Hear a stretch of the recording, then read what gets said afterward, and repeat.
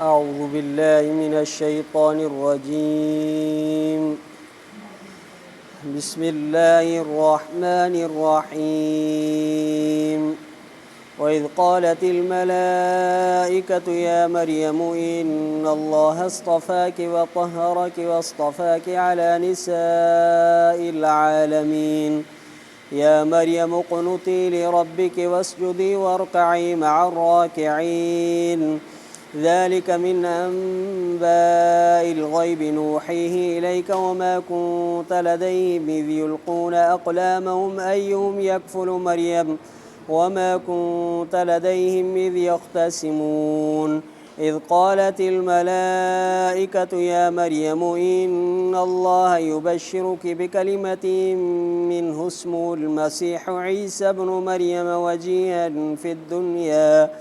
وجيها في الدنيا والآخرة ومن المقربين ويكلم الناس في المهد وكهلا ومن الصالحين قالت رب أنى يكون لي ولد ولم يمسسني بشر قال كذلك الله يخلق ما يشاء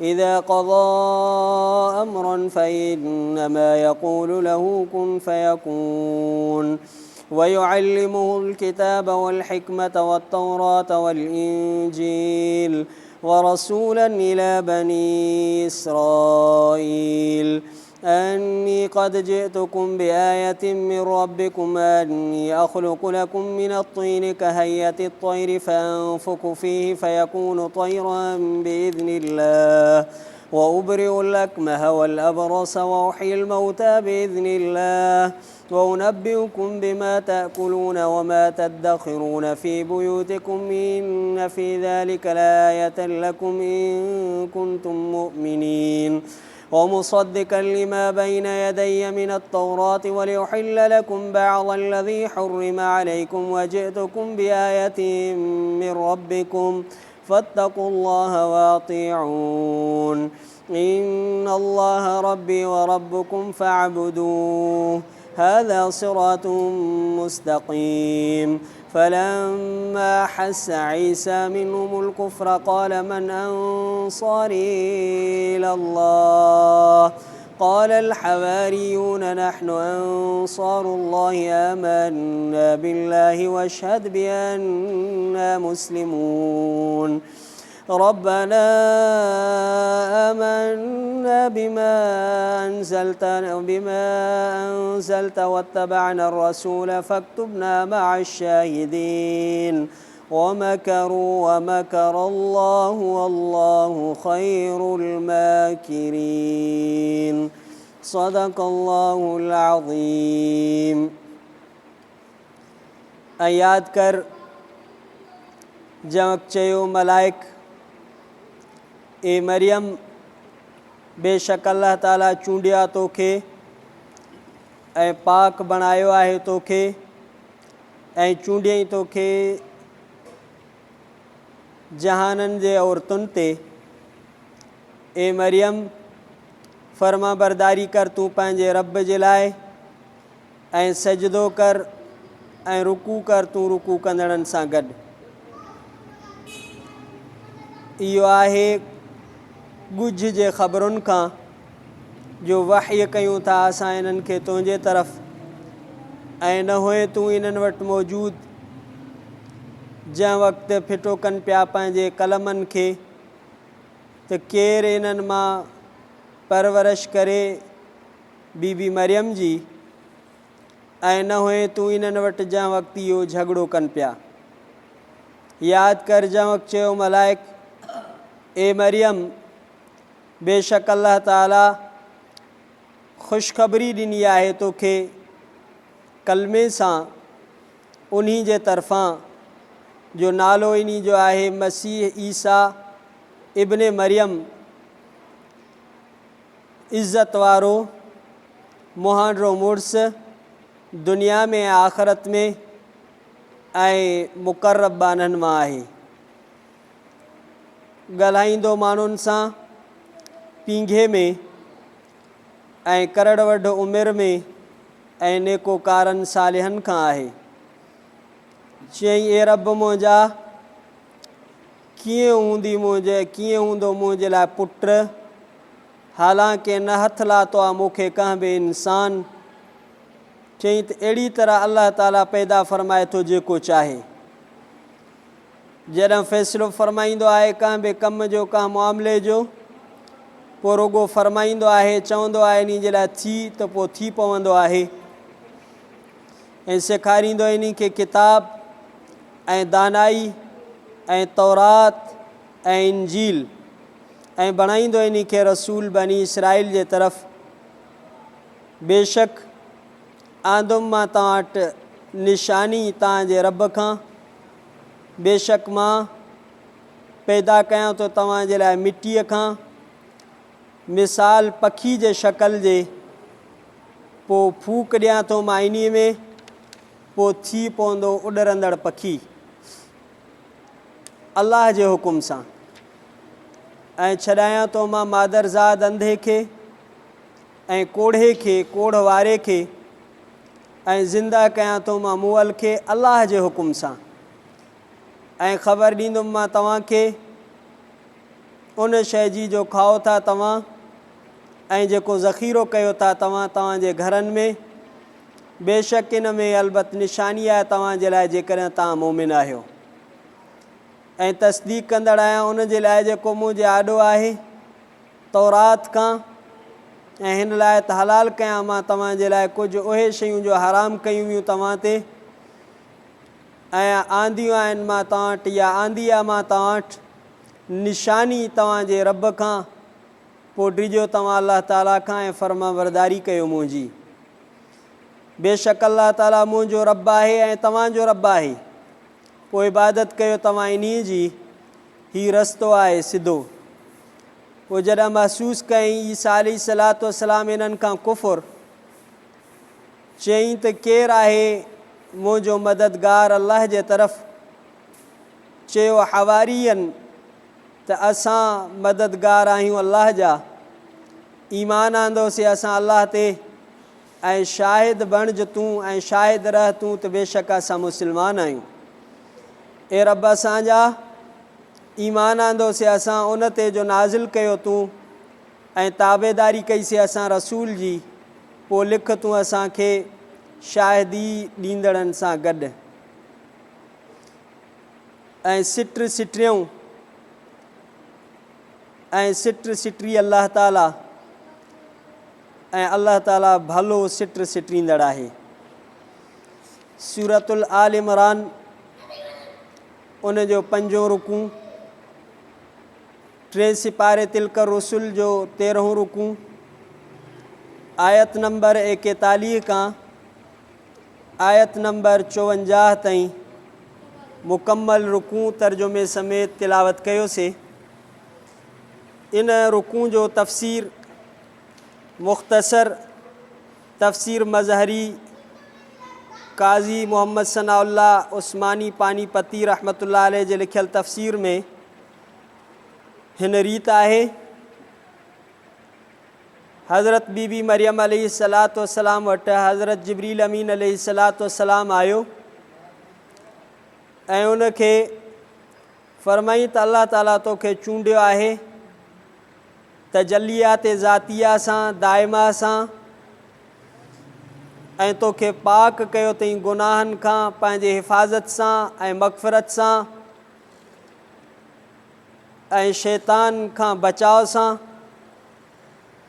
मर्दनि जे हथ लाइण खां।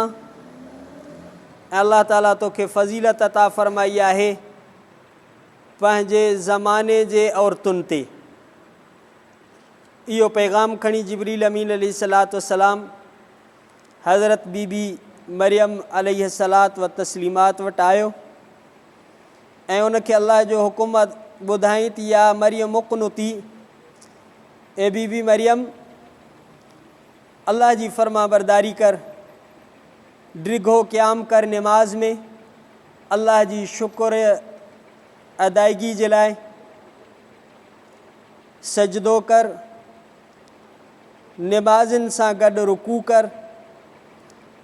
इते रुकू जो ख़ासि अल्लाह ताला इत्माम फ़रमायो आहे, छो त रुकू पूरो करणु ज़रूरी आहे, या रुकू जॾहिं माण्हू रुकू में अची पहुचंदो आहे त उनखे उहा रकात हासिलु थींदी आहे, तंहिंजे करे रुकू जो ख़ासि हिते इतिमाम फ़रमायो वियो आहे।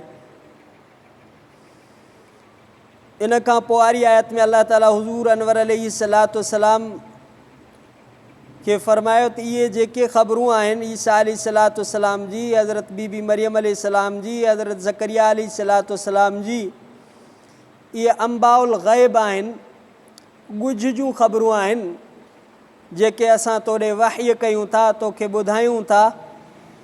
वरना त जा वक़्तु हज़रत बीबी मरियम अलैहिस्सलाम जे कफ़ालत जे लाइ, परवरिश जे लाइ बैतुल मुक़द्दस जा आबिद पाण में हर हिकिड़ो तमन्ना रखे पियो त मां परवरिश कयां, पालना कयां।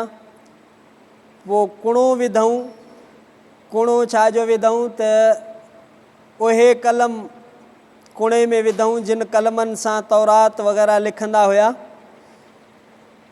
त जेको कलम पाणी जे रुख ते उबतो हले, पाणी मिसाल तौर ते सॼे तरफ़ हले थो, कलम मोटी खॿे पासे ॾे अचे त उन जो कुणो निकिरंदो ऐं उहो हज़रत बीबी मरियम अलैहिस्सलाम जी परवरिश कंदो। पोइ इहो कुणो निकितो हज़रत ज़करिया अलैहिस्सलातु वस्सलाम जो। अलाह ताला हबीब करीम सल्लल्लाहु अलैहि वसल्लम खे फ़रमाए जंहिं वक़्तु इहे कुरंदाज़ी कनि पिया, कुणो विझनि पिया, तूं उन वक़्तु मौजूदु कोन हुए, पर तोखे असां इहे ख़बरूं ॿुधायूं आहिनि वहीअ जे ज़रिए सां, ऐं इन्हनि जे इख़्तिलाफ़ वक़्तु बि तूं मौजूदु कोन हुए। माना तुंहिंजी रिसालत ऐं तुंहिंजी नबूवत बरहक़ आहे, छो त इहे ख़बरूं अंबाउल ग़ैब, ग़ैब जूं ख़बरूं नबी खे अलाह ताला ॿुधाईंदो आहे। तुंहिंजी रिसालत, तुंहिंजी नबूवत बरहक़ आहे। उन खां बाद में अलाह ताला वरी मलाइक हज़रत जिब्रील अमीन अलैहिस्सलातु वस्सलाम जो बयानु फ़रमायो त उन हज़रत बीबी मरियम अलैहिस्सलातु वस्सलाम खे बिशारत ॾिनी हज़रत ईसा अलैहिस्सलातु वस्सलाम जी, इस्मुहु अल मसीह ईसा। हज़रत बीबी मरियम अलैहिस्सलातु वस्सलाम खे जेको पुट पैदा थींदो उन जो नालो हूंदो मसीह ईसा अलैहिस्सलातु वस्सलाम। बिकलिमा, कलमे सां, छो त अलाह ताला फ़रमाया कुन फ़यकून, थी त पोइ थी पियो, पैदा थी त पोइ थी पियो, तंहिंजे करे उनखे कलमो चइबो आहे। बाक़ी मसीह जे लफ़्ज़ जूं मुख़्तलिफ़ मानाऊं आहिनि। मसीह जेको आहे अज़दाद, माना हिकिड़ो लफ़्ज़ अहिड़ो आहे जंहिंखे असां अंग्रेज़ी में चऊं एंटोनियम, माना ॿ मुतज़ाद लफ़्ज़ हूंदा आहिनि, ईअं आहे। मसीह जे लफ़्ज़ जी माना आहे बरकत वारो। ईसा अलैहिस्सलातु वस्सलाम बाबरकत ज़ाते मुक़द्दस हुई, इन जे करे उनखे मसीह थो चइजे। ऐं जॾहिं मसीह जो लफ़्ज़ दज्जाल जे लाइ ईंदो आहे त पोइ उते उन जी माना थींदी आहे मलऊन, लानत कयल। दज्जाल जे लाइ जी बि मसीह जो लफ़्ज़ ईंदो आहे, पर उन जी माना आहे लानत कयल। ऐं ॿियो हज़रत ईसा अलैहिस्सलाम खे मसीह इन जे करे चइबो हो त अलाह ताला उनखे हर तरह जे गंदगी इन्हनि शयुनि खां पाक रखियो हो, गुनाहनि खां पाक रखियो हो। ॿियो मसीह इन जे करे चइबो हो त मादरज़ाद अंधनि खे या कोढ़ियनि खे हथ घुमाईंदो हो त पोइ इहो ठीकु थी वेंदा, तंहिंजे करे उन खे मसीह चइबो आहे। ऐं चोथों वजह इहो लिखियो अथनि त ज़मीन में सैरो सियाहत कंदो हो ऐं उन जे लाइ टिकाणो हिकिड़ी जॻह ते कोन हुयो, तंहिंजे करे उन खे मसीह चइजे थो। 5 नंबर ते उनजी माना आहे मसीह, माना सिद्दीक़, दोस्त, सचार। ईसा अलैहिस्सलातु वस्सलाम सचारो। ऐं दज्जाल जे लाइ जॾहिं मसीह जो लफ़्ज़ ईंदो आहे त माना कज़ाब, उहो कूड़ो आहे दज्जाल। इन जूं इहे काफ़ी मानाऊं आहिनि। ईसा उन्हनि जी ॿोली में उनखे यशू चवंदा आहिनि, उन जी माना आहे सैयद, साईं मुअज़्ज़ज़ मसीह उन जो लक़ब हो, ईसा उन जो नालो हुयो। इब्ने मरियम अलैहिस्सलातु वस्सलाम जो पुटु, छो त उहो बिना पीउ जे अल्लाह जे हुकुम सां पैदा थियो हो। पोइ अल्लाह ताला हज़रत बीबी मरियम अलैहिस्सलातु वस्सलाम खे जेको ख़्यालु पैदा थियो त मता माण्हू चवनि त बिना पीउ जे पुटु थियो आहे, इल्ज़ाम बाज़ी कनि। अल्लाह ताला हज़रत बीबी मरियम अलैहिस्सलाम खे फ़रमाया वजीहन, इहो इज़्ज़त वारो, मुकर्रम, मोहतरम, शरीफ़, शराफ़त वारो माण्हू आहे। दुनिया में नबूवत सां ऐं आख़िरत में शफ़ाअत सां, जन्नत में आला मक़ाम सां ऐं अल्लाह जे ख़ासि मुक़र्रब बाननि मां आहे। अॻिते अल्लाह ताला हज़रत ईसा अलैहिस्सलातु वस्सलाम जूं ख़साइस, ख़ुसूसियात, मौजिज़ात बयानु फ़रमाया। उन जी पाक दामनी अल्लाह ताला हज़रत ईसा अलैहिस्सलातु वस्सलाम जे बज़बान हज़रत बीबी मरियम अलैहिस्सलाम जी पाक दामनी पींघे में बयानु कराई। वयुकल्लिमुन्नास फ़िल महद व कहलन, पींघे में हुयो त ॻाल्हाई इन्नी अब्दुल्लाह आतानी अल किताब वजअलनी नबिया, मां अल्लाह जो बानो आहियां, अल्लाह मूंखे किताब ॾिनो, अल्लाह मूंखे नबी कयो आहे। ऐं एॾो कामिलुल अक़ुल जो जीअं माण्हू जी करोड़ वढ उमिरि थींदी आहे, अधड़ोठ थींदो आहे, त उन अंदाज़ सां उन जो पींघे वारी उमिरि में ॻाल्हाइणु थियो। वमिन अस्सालिहीन, अल्लाह जे नेक सालिह बाननि मंझां हुयो। हज़रत बीबी मरियम अलैहिस्सलातु वस्सलाम सवाल कयो, मुंहिंजा रब साईं, मूंखे पुटु कीअं ॼमंदो, हालांकि मूंखे कई इंसान त हथु न लाथो आहे। छो त ज़ाहिरी असबाब ई आहिनि औलाद जे लाइ, शादी जा ताल्लुकात, त मूंखे कई इंसान त को हथु कोन लाथो आहे। अल्लाह ताला जिब्रील अमीन अलैहिस्सलाम जे ज़बान ते जवाबु फ़रमायो त अल्लाह ईअं पैदा कंदो आहे, जॾहिं फ़ैसिलो कंदो आहे ईअं ई कंदो आहे। पोइ फ़रमाईंदो आहे कुन फ़यकून, थी त पोइ थी पवंदो आहे। अॻिते अल्लाह ताला हज़रत ईसा अलैहिस्सलाम जी वरी फ़ज़ीलत बयानु फ़रमाई। वयुअल्लिमुहुल किताब, अल्लाह उन खे किताब सेखारियो। किताब मां मुराद आहे जेको अॻिते तशरीह इन आयत में अचे थी, तौरात ऐं इंजील। ॿियो किताब मां लिखियो अथनि त किताबत ऐं ख़त, लिखणु। पंहिंजे ज़माने में हज़रत ईसा अलैहिस्सलातु वस्सलाम ख़त ऐं किताबत में वधि सुहिणो लिखण वारो हुयो। ख़ताती हिकिड़ो वॾो फ़न आहे ऐं हिकमत फ़िक़े हुनखे तौरात, इंजील, बनी इसराइल ॾे रसूल करे मोकिलियोसीं ऐं उन्हनि वटि मौजिज़ा खणी आयो। मौजिज़ा कहिड़ा अल्लाह ताला उनखे अता फ़रमाया हा, पखी जे शक्ल वांगुरु ठाहे करे पोइ उन में फूक ॾींदो हो, मिटीअ मां पखी ठाहींदो हो, पोइ फूक ॾींदो त उहो जीअं पखी हूंदो आहे ईअं पखी थी करे उॾंदो हो। इहो मौजिज़ो अल्लाह ताला अता फ़रमायोसि, पर इहो हुयो अल्लाह जे हुकुम सां, उनखे ताक़त न हुई, अल्लाह जे हुकुम सां। ॿिए नंबर ते अल्लाह ताला उनखे मौजिज़ो ॾिनो हो, जेके मादरज़ाद अंधा आहिनि उन्हनि खे अल्लाह जे हुकुम सां सॼो कंदो हुयो। टे नंबर ते मौजिज़ो इहो हुअसि त जेके कोढ़ वारा, बग वारा मरीज़ आहिनि उन्हनि खे अल्लाह जे हुकुम सां हज़रत ईसा अलैहिस्सलातु वस्सलाम जे ज़रिए सां अल्लाह ताला शिफ़ा अता फ़रमाईंदो हो। ऐं अल्लाह ताला इहे मौजिज़ा ईसा अलैहिस्सलाम खे इन जे करे ॾिना जो उन ज़माने में तिब जो वॾो रवाजु हुयो। अल्लाह ताला अहिड़े क़िस्म जा हज़रत ईसा अलैहिस्सलातु वस्सलाम खे मौजिज़ा अता फ़रमाया। कहिड़ी दुआ घुरंदो ईसा अलैहिस्सलातु वस्सलाम वटि हिकिड़े ॾींहं में तक़रीबन 50,000 माण्हू मरीज़ ईंदा हुआ। अल्लाह जे हुकुम सां उन्हनि जो इलाजु थींदो, उन्हनि खे शिफ़ा मिलंदी। ही दुआ पढ़ंदो, अल्लाहुम्मा अंत इलाह मन फ़िस समाई व इलाह मन फ़िल अर्ज़ ला इलाहा फ़ीहिमा गैरुक। अल्लाह आसमाननि जा, ज़मीन जे मख़लूक़ जा, इन्हनि ॿिन्ही में तोखूं सवाइ कोई माबूद न आहे। अंत जब्बार मन फ़िस समावाति व जब्बार मन फ़िल अर्ज़, तूं ॾाढो आहीं आसमान जे मख़लूक़ खां ऐं ज़मीन जे मख़लूक़ खां, तोखूं ॾाढो कोई इन्हनि ॿिन्ही में कोन्हे। अंत मलिकु मन फ़िस समावात व मलिकु मन फ़िल अर्ज़ ला मलिक फ़ीहिमा गैरुक, तूं बादशाह आसमाननि ऐं ज़मीन जे मख़लूक जो कोई भी बादशाह कोन्हे इन्हनि ॿिन्ही में तोखां सवा। तूं कुदरत कफ़िल अर्ज़ि का कुदरत कफ़िल समा, सुल्तान कफ़िल अर्ज़ि का सुल्तानी कफ़िल समा, असअलुका बिइस्मिकल करीम व वजहिकल मुनीर व मुल्किकल क़दीम इन्नका अला कुल्लि शैइन क़दीर।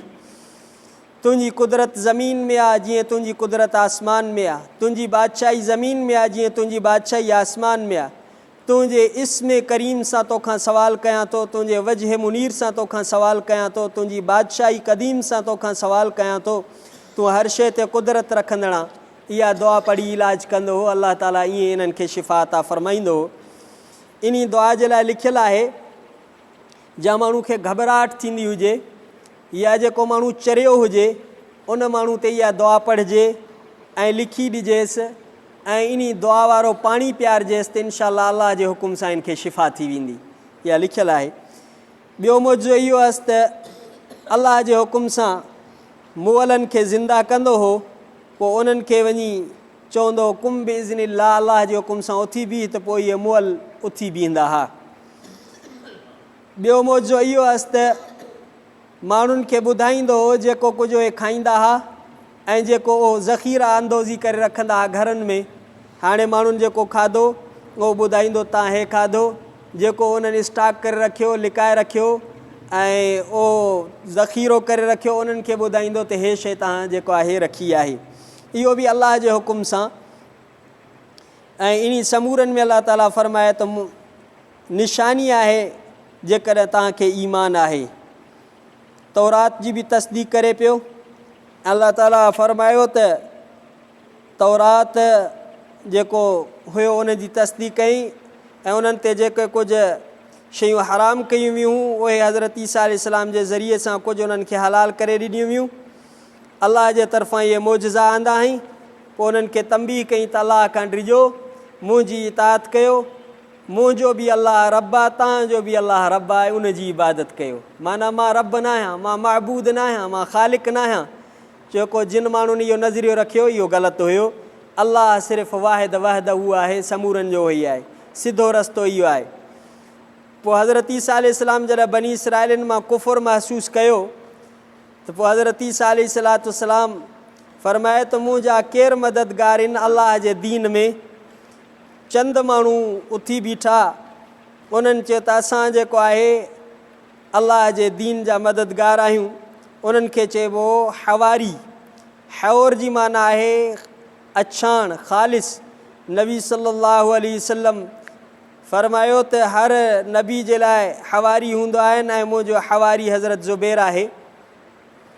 हवारी जी माना मददगार या हवारी माना